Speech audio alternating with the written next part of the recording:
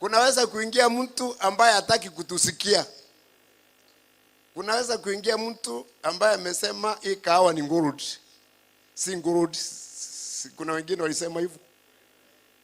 Kunaweza kuingia mtu ambaye hataki kuona Mount Kenya, he can flatten the mountain.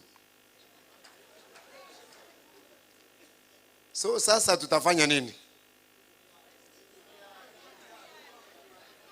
Sasa mmepatiwa nafasi ya kujikinga na BBI.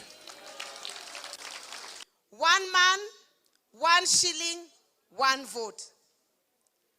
Hata usipotaka pande zingine za BBI, kama wewe mtu wa Mount Kenya, support BBI kwa sababu ya hiyo sentensi moja.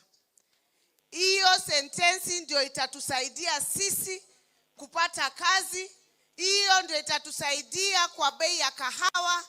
Waswahili wanasema asiyesikia la mkuu vunjika mguu. We are not supporting Uhuru Kenyatta foolishly. We are also leaders. Hata wewe ni kiongozi pahali huko.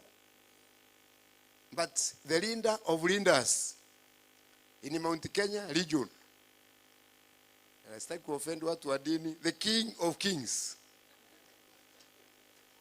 Wa region yetu ya Mount Kenya ni nani? Ni nani? Uhuru Muigai Kenyatta. Sasa ni miaka 56 tangu tupate uhuru. Nchi zingine ambazo zilikuwa rika zetu zimeendelea mbele zaidi. Na tusipobadilisha mwenendo, baada ya miaka 50 zingine tutakuwa hapa.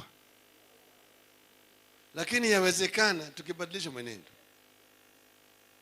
Manake najua ya kwamba nchi ya China ndani ya miaka 30 iliyopita imetoa watu milioni 300 kwa ufukara nikapeleka katika hali ya utajiri. Lakini watu wetu wako tu kule chini.